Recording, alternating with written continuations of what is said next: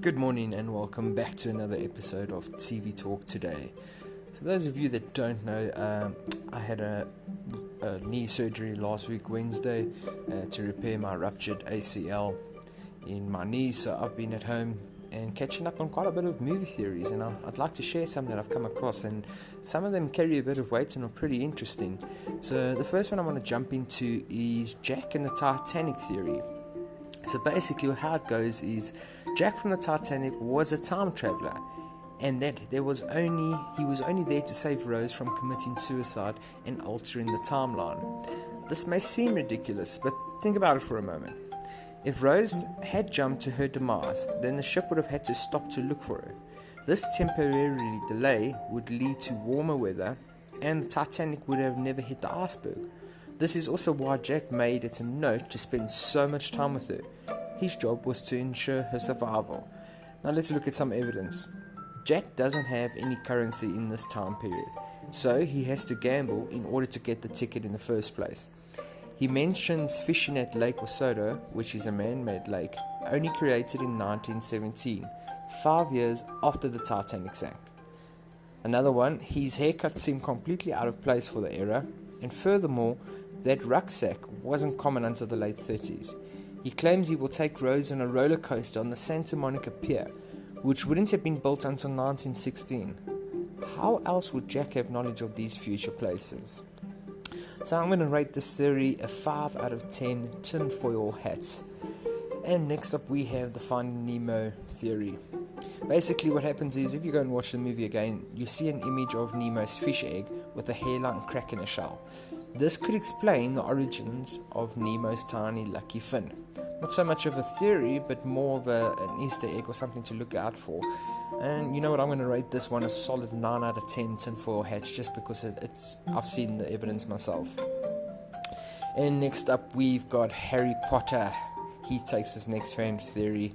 And one of the most haunting Potter theories is that everything in the series took place in Harry's imagination. In fact, he lost his mind while living in the cupboard under the stairs at the Dursleys and conjured up the whole Hogwarts adventure as a coping mechanism. So yeah, I don't know what you think about that one, but I'm going to rather rate it a 6 out of 10 tinfoil hats. Next up we've got E.T./Star Wars. E.T. is secretly a Jedi. He levitates objects at will, physically links with children, and is a shriveled and monk-like figure. There's a strong case to make that the titular alien in E.T. is a wayward Jedi child abandoned on Earth.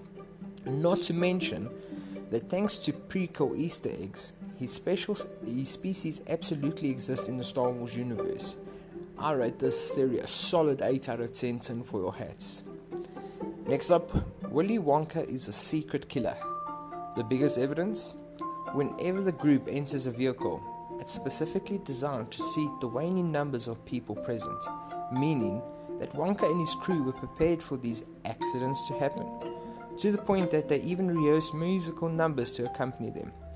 It's crazy to think that everyone's favorite chocolate maker is in fact a killer, but as they say, the proof is in the proverbial pudding. I rate this theory a good 8 out of 10 tinfoil hats. Now let's move on to the legendary movie Grease. This one comes from the Facebook page of none other than Sarah Michelle Gellar. The theory goes, during the summer nights, Danny recounts saving Sandy's life, saying she nearly drowned. Later, at the end of the film, the couple lift off into the clouds in their car. So naturally, people are assuming that not only did Sandy actually drown, but the entire film is simply the final thoughts in her oxygen-starved brain, ending when she ascends into the heavens. I give this theory a 5 out of 10 for tinfoil hats. And lastly, we've got Inception. And not only was this a great movie, but it ends with an open ending, doesn't it? Cobb supposedly uses a totem, an object that will tell him whether or not he is in a dream.